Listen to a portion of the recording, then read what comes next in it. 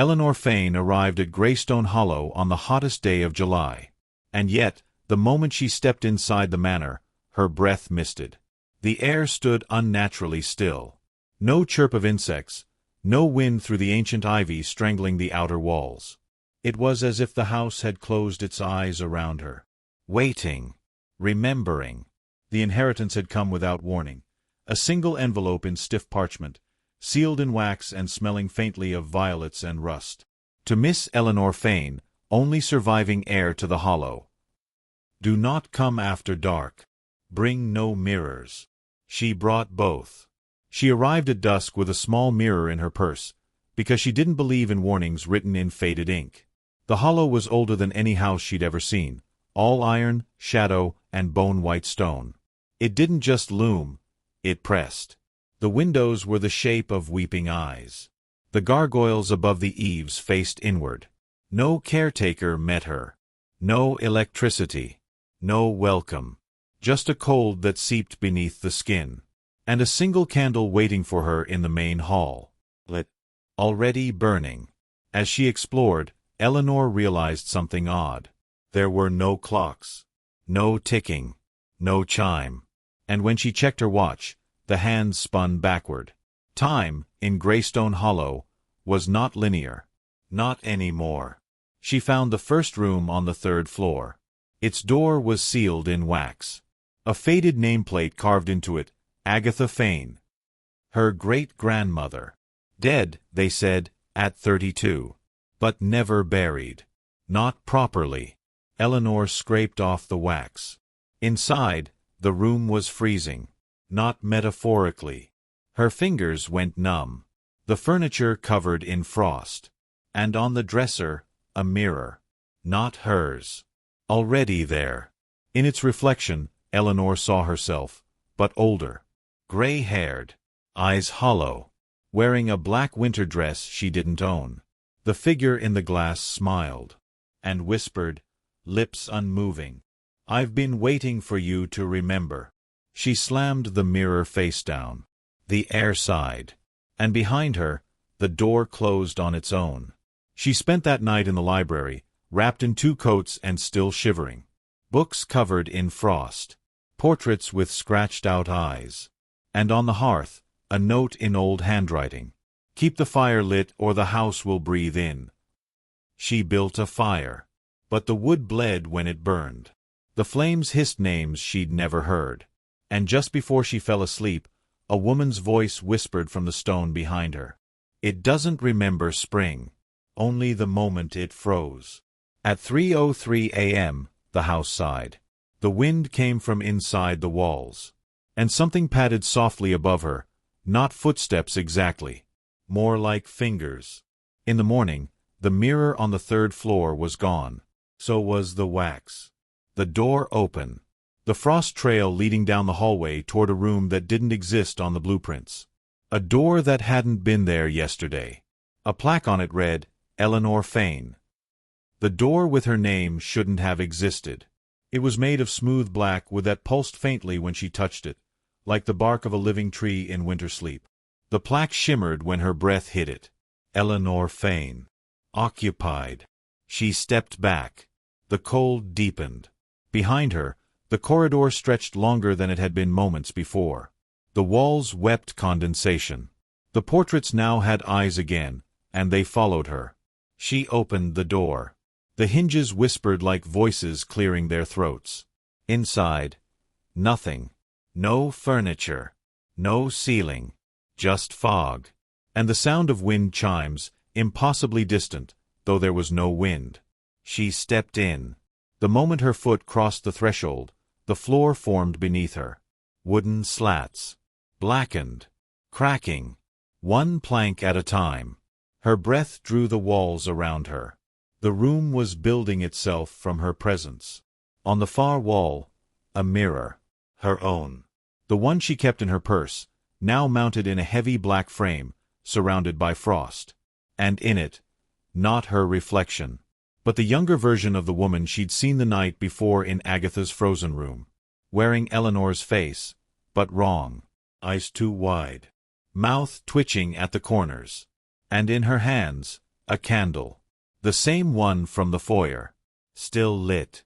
Even in the reflection. Eleanor approached. And the mirror whispered, "It isn't the cold that keeps you here. It's the memory." She touched the glass.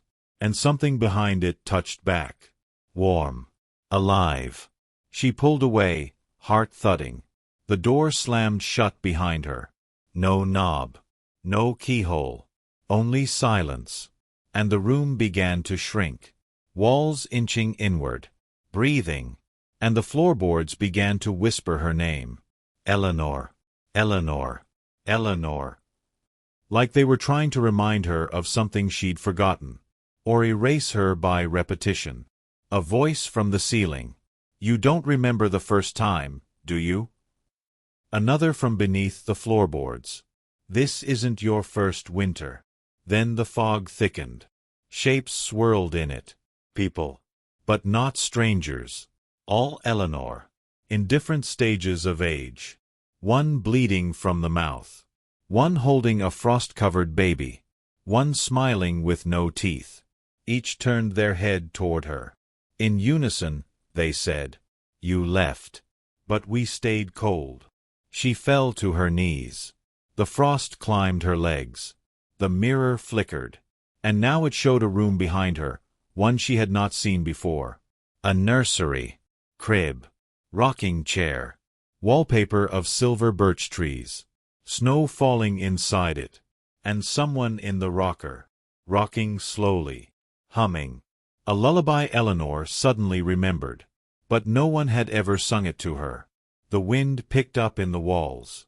A blizzard inside the mirror. And just before it went white, the woman in the rocking chair turned. It was Agatha. Weeping. Not from grief. From cold so deep it cracked her open.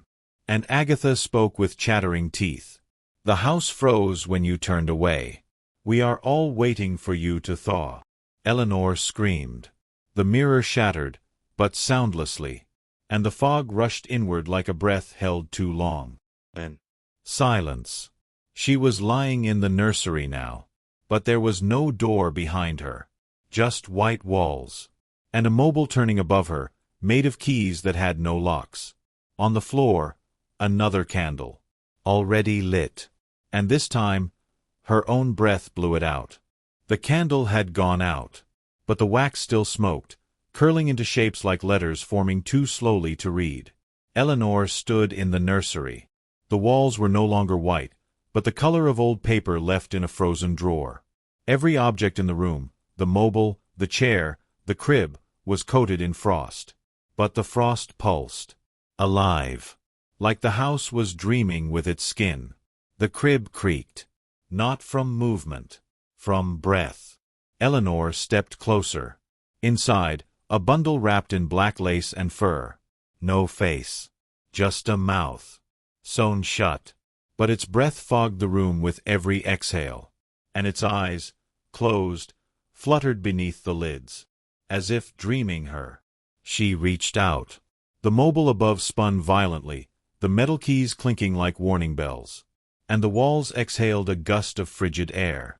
The bundle shifted, opened one eye, and mouthed a word she couldn't hear, but felt in her teeth. Agatha. Suddenly the room caught fire. Not red-orange flame, white fire. So cold it burned. The frost hissed, cracked, spread faster. The wallpaper peeled back in strips like skin.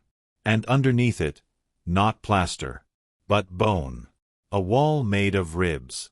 And behind the wall, a heartbeat began to sound. Slow. Massive. Inhuman. Eleanor screamed. But her voice came out as a child's wail. From inside the crib. She turned.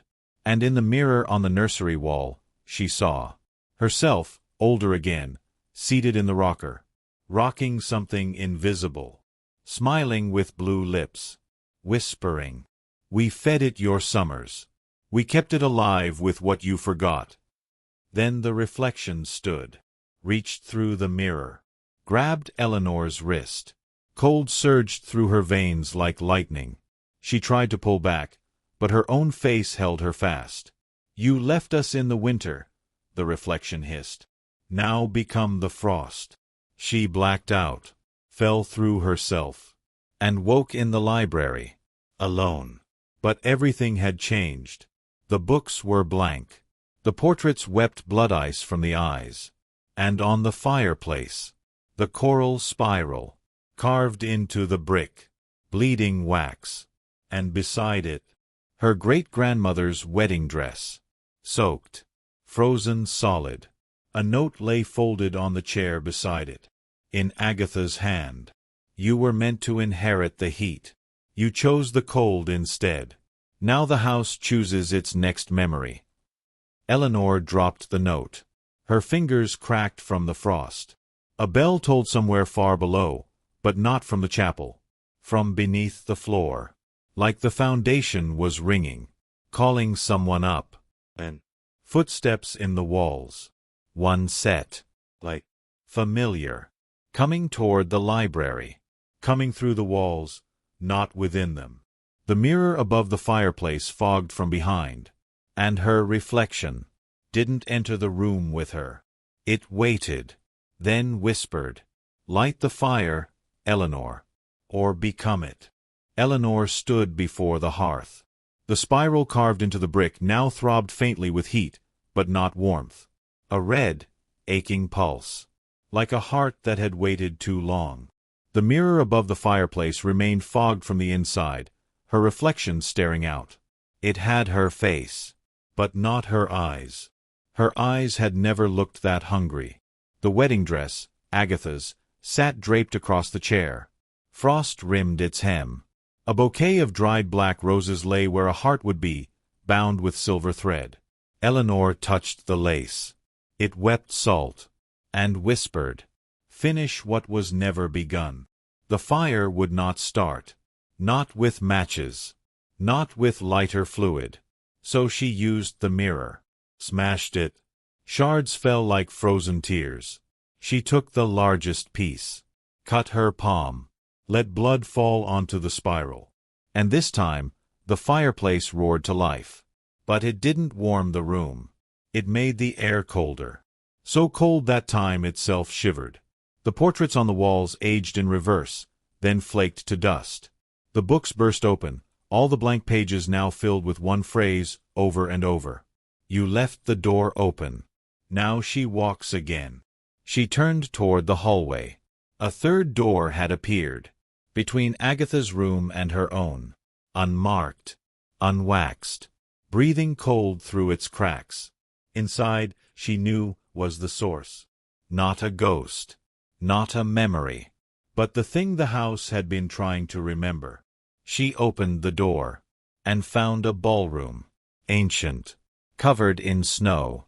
A chandelier of frozen birds hung above, and in the center, dancing, alone, Agatha, wearing the dress, face flushed from cold, or grief, or both.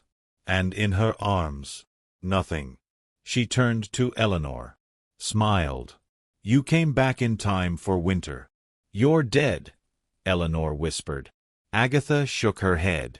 No, I'm preserved, just like the house. You froze it. You froze all of it, to keep her asleep. Who? Agatha's smile vanished, and she pointed to the mirror lining the ballroom's back wall. Eleanor stepped toward it, her steps silent in the snow. Inside the mirror, the same nursery, crib, mobile, keys. But now the crib was empty, and the mirror shook, like something inside wanted out. Agatha whispered behind her, "You were born still, and yet you breathed. So the hollow made a choice. It took your sister instead." Eleanor's breath caught. "I didn't have a sister." "You did." But she froze before the name could be spoken. The house held her, all these years. The fire behind her roared. The chandelier cracked. The air thickened with frost and sorrow. Agatha took her hand, placed something in it. A small rattle, made of bone and keys. "She wants you now," Agatha said. "You have her name." She only ever needed someone to say it out loud.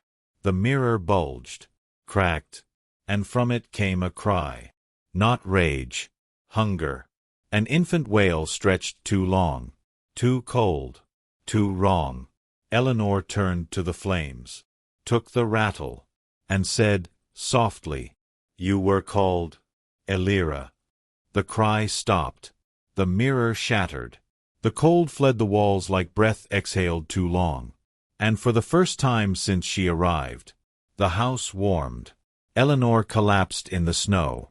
Not afraid. Not alone. The ballroom flickered. And through the ceiling, above the thaw, she saw stars again. The chandelier melted. The books sang. And the nursery door finally opened. Empty. Peaceful. Still. She never left the hollow. Not really. But the villagers say they sometimes see her walking the cliffs. Smiling. Carrying nothing. But leaving warm footprints in frost.